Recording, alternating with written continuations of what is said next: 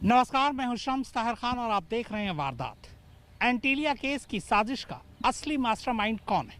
क्या उसका चेहरा सामने आ चुका है या अभी सामने आना बाकी है? क्या इस साजिश का असली मास्टरमाइंड सचिन वाजे है या फिर प्रदीप शर्मा या फिर कोई और? इस केस की जांच जैसे जैसे आगे बढ़ती जा रही है, कहानी और भी पेचीदा होती जा रही है। पहले सचिन वाजे को इसका मास्टरमाइंड बताया गया, फिर प्रदीप शर्मा को, लेकिन अब एनआईए सूत्रों की माने तो असली मास्टरमाइंड कोई और ही है।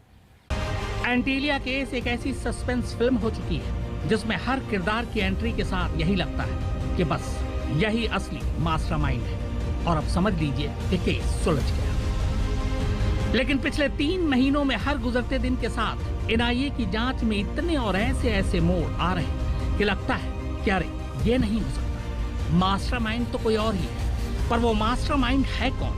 उसने एंटीलिया की साजिश क्यों रची? मनसुख हिरेन को रास्ते से क्यों हटाया? आखिर ये सब करके वो हासिल क्या करना चाहता था? ये वो 10 चेहरे हैं जिनके इर्द गिर्द पूरी एंटीलिया की साजिश फिलहाल घूम रही है। सचिन वाजे, पूर्व assistant police inspector crime branch. Riyazuddin Kazi, पूर्व assistant police inspector crime branch. Sunil Mane, पूर्व police inspector crime branch. Vinayak Shinde, पूर्व सिपाही ATS. Naresh Gaur, bookie. Santosh Shelar, police मुखबिर। आनंद जाधव, प्रदीप शर्मा का जानकार। मनीष बसंत सोनी, प्रदीप शर्मा का जानकार। सतीश मोतोकारी, प्रदीप शर्मा का जानकार। Pradeep Sharma, encounter specialist. Suspense की शुरुआत हुई सचिन वाजे से। कहा गया कि 16 साल की बर्खास्तगी के बाद वापस पुलिस फोर्स ज्वाइन कर सचिन वाजे कुछ बड़ा करना चाहता है ताकि उसकी वाहवाही हो, और बस शाबाशी पाने के लिए उसने एंटीलिया की साजिश रच दी। लेकिन सचिन वाजे की गिरफ्तारी के 3 महीने बाद उसके गुरु प्रदीप शर्मा की गिरफ्तारी पिछली थ्योरी पर अब सवाल उठा रही है। सवाल ये कि अगर सचिन वाजे को शाबाशी लूटनी थी तो प्रदीप शर्मा को इससे क्या हासिल होने वाला था? प्रदीप शर्मा ना पुलिस में न कहीं लाइमलाइट, तो प्रदीप शर्मा सचिन वाजे की मदद क्यों करता? इसमें प्रदीप शर्मा का कोई फायदा नजर नहीं आ रहा है। और इसी दूसरी थ्योरी ने तीसरे सवाल को जन्म दिया, और वो ये कि इस पूरी साजिश के पीछे असली मास्टरमाइंड कहीं कोई और तो नहीं। एक ऐसा मास्टरमाइंड जिसने सचिन वाजे और प्रदीप शर्मा को अपना मोहरा बनाया। पर वो मास्टरमाइंड है कौन? इसे समझने के लिए आइए पहले प्रदीप शर्मा की पुलिस कस्टडी लेते वक्त एनआईए ने जो कुछ अदालत में कहा उसे जान लेते हैं। इससे आधी कहानी खुद साफ हो जाएगी, बाकी की आधी उसके बाद बताऊंगा। एनआईए ने जब शुक्रवार को अदालत में प्रदीप शर्मा की पुलिस कस्टडी मांगी तो अदालत ने साफ एनआईए से पूछा कि आप 2 महीने पहले प्रदीप शर्मा से 2 बार लंबी पूछताछ कर चुके हैं, अब 2 महीने बाद आपको इनकी हिरासत क्यों चाहिए? इस पर एनआईए ने पूरी दलील रखी। एनआईए ने कहा कि 2 महीने पहले की पूछताछ में प्रदीप शर्मा लगातार एनआईए को गुमराह कर रहे थे। उनके पास तब प्रदीप शर्मा के खिलाफ कोई पुख्ता सबूत भी नहीं था। लेकिन 17 जून को सतीश मोतेकारी और संतोष शेलार की गिरफ्तारी के बाद प्रदीप शर्मा के खिलाफ ठोस सबूत हाथ लग गए। एनआईए के मुताबिक 4 मार्च की रात को सतीश, मनीष, संतोष और आनंद जाधव ने मनसुख हिरेन का कत्ल किया था। एनआईए ने कोर्ट को बताया कि सतीश मोतेकारी और मनीष बसंत सोनी ने लाल रंग की टवेरा कार में मनसुख हिरेन का गला दबाया था। जिस वक्त वो दोनों हिरेन का गला घोट रहे थे तब संतोष शेलार और आनंद जाधव भी उसी तवेरा में बैठे हुए थे। मनसुख का कत्ल करने के बाद चारों मुमरा क्रीक में उसकी लाश फेंक देते हैं। उसके बाद ये चारों सचिन वाजे और प्रदीप शर्मा को फोन करते हैं। एनआईए के मुताबिक संतोष शेलार और सोनी ने हिरेन के कत्ल की बात कबूल कर ली है। आरोपियों के इस खुलासे के बाद एनआईए ने उस लाल तवेरा कार को फॉरेंसिक और डीएनए जांच के लिए पुणे की फॉरेंसिक लैब में भेजा है। ये कार एनआईए पहले ही जब्त कर चुकी थी। एनआईए के मुताबिक डीएनए की रिपोर्ट मनसुख हिरेन के कत्ल को आईने की तरह साफ कर देगी। एनआईए ने अदालत में यह भी बताया कि चारों आरोपी प्रदीप शर्मा के पुराने जानकार हैं। इतना ही नहीं, एंटीलिया की पूरी साजिश और मनसुख हिरेन के कत्ल में न सिर्फ सचिन वाजे और प्रदीप शर्मा शामिल हैं, बल्कि जांच आगे बढ़ेगी तो कुछ और नाम भी सामने आ सकते हैं।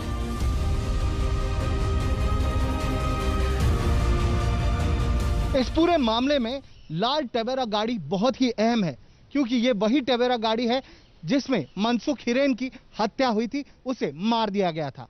ये गाड़ी किसी और की नहीं पर आरोपी आनंद जाधव की है, और आनंद जाधव, मनीष सोनी, सतीश मोटकुरी और संतोष शेलार, ये 4 वही व्यक्ति हैं जिन्होंने मनसुख हिरेन की हत्या की प्रदीप शर्मा और सचिन वाजे के कहने पर। सचिन वाजे और सुनील माने, ये 2 वो अफसर थे जिन्होंने मनसुख हिरेन को इन चारों ही आरोपियों के हवाले किया और उसके बाद गला घोटकर इसी गाड़ी में इन चारों ने मनसुख हिरेन की हत्या कर दी।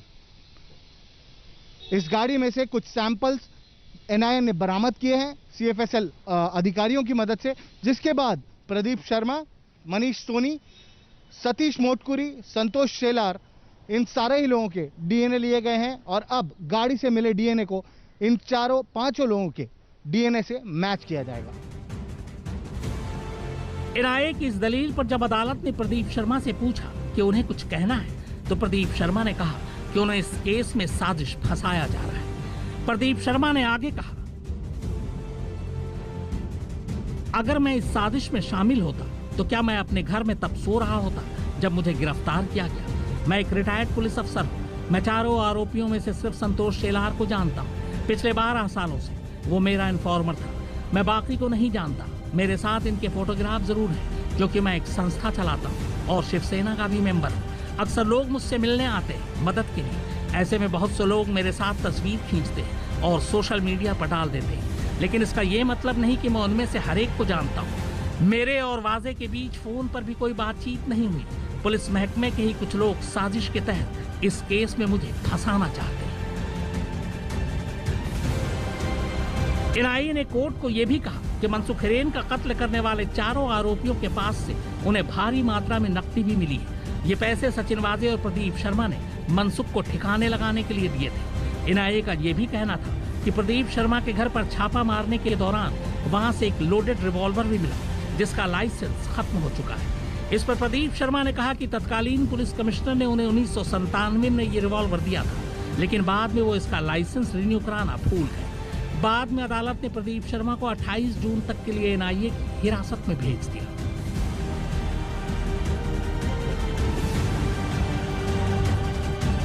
यानी अदालत में रखे एनआईए के पक्ष के हिसाब से एंटीलिया की साजिश और मनसुख हिरेन के कत्ल में प्रदीप शर्मा और सचिन वाजे दोनों का हाथ है। पर क्या इन्हीं दोनों में से कोई मास्टरमाइंड है? तो एनआईए सूत्रों के मुताबिक वो इस बात से इनकार नहीं कर रहे कि इस केस का असली मास्टरमाइंड कोई और भी हो सकता है। ये शक अब और भी पुख्ता होता जा रहा है, खासकर संतोष शेलार और प्रदीप शर्मा की गिरफ्तारी के बाद।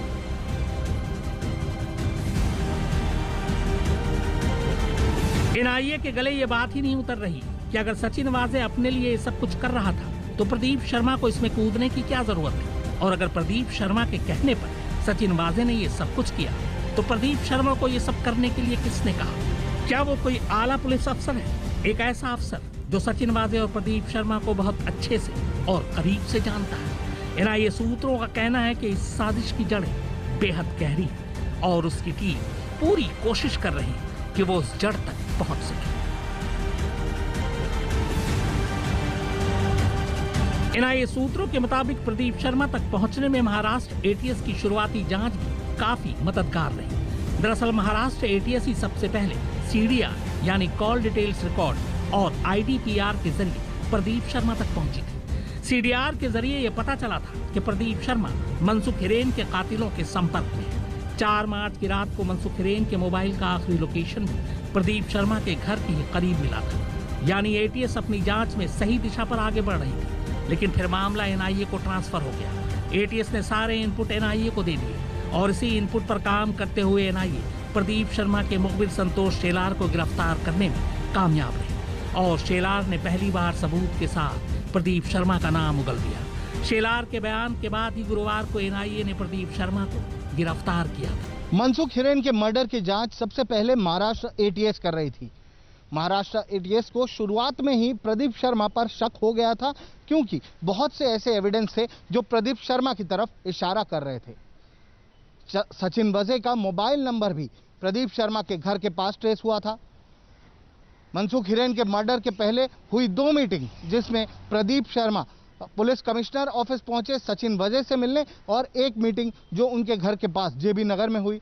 और इसके अलावा जो अन्य सबूत थे, जो अन्य लोग सामने आ रहे थे जिनका इन्वॉल्वमेंट इस केस में नजर आ रहा था, ये सारी कड़ियां प्रदीप शर्मा पर इशारा कर रही थी। एनआईए इन सारी कड़ियों को जोड़ने की कोशिश कर रही थी, ये सारे सबूत जुटाने की कोशिश कर रही थी, जिसकी वजह से उन्होंने पहले 2 बार प्रदीप शर्मा से पूछताछ की और उसके बाद समय लेकर एविडेंस जुटाकर आई विटनेस को सामने लाकर प्रदीप शर्मा को अरेस्ट किया। मुंबई से दिवेश सिंह और मुस्तफा शेख के साथ शम्स ताहिर खान। आज एंटीलिया केस में इलेक्ट्रॉनिक एविडेंस सबसे अहम साबित होने जा रहे हैं।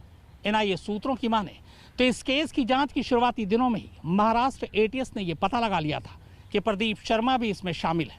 दरअसल जिस रात मनसुख हिरेन का कत्ल हुआ तब 2 कॉल किए गए थे, एक सचिन वाजे को और दूसरा प्रदीप शर्मा को, और यहीं से पूरी कहानी पलट गई।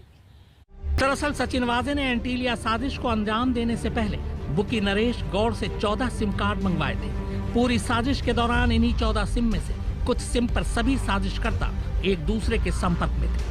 इन्हीं में से एक सिम के जरिए जब कत्ल से ऐन पहले मनसुख हिरेन के मोबाइल का लोकेशन प्रदीप शर्मा के घर के करीब मिला तो पहले एटीएस और फिर एनआईए के कान खड़े हो गए। तब एनआईए ने साजिशकर्ताओं के उन तमाम नंबरों का आईपीडीआर एनालिसिस कराने का फैसला किया। दरअसल आईपीडीआर को आम लफ्जों में इंटरनेट प्रोटोकॉल डिटेल रिकॉर्ड्स कहते हैं। आईपीडीआर का रिकॉर्ड हर टेलीकॉम सर्विस प्रोवाइडर के पास होता है। यह हर मोबाइल नंबर और IMEI नंबर के लिए अलग अलग होता है। इस आईपीडीआर के जरिए ही आईपी एड्रेस जनरेट होता है और इसके जरिए मोबाइल इस्तेमाल करने वाले शख्स का इंटरनेट के जरिए सारा डेटा, लोकेशन, तारीख, वक्त सब कुछ पता लगाया जा सकता है।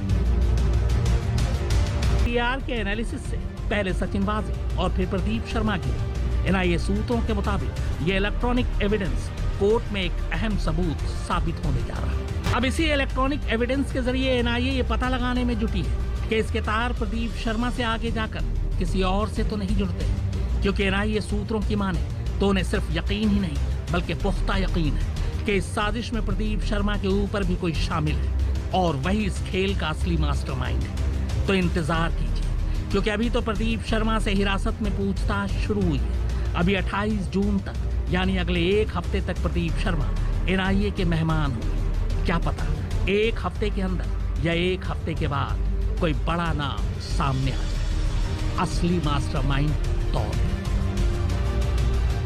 प्रदीप शर्मा के अलावा इस केस में 4 अन्य पुलिस अधिकारी भी अरेस्ट हो चुके हैं।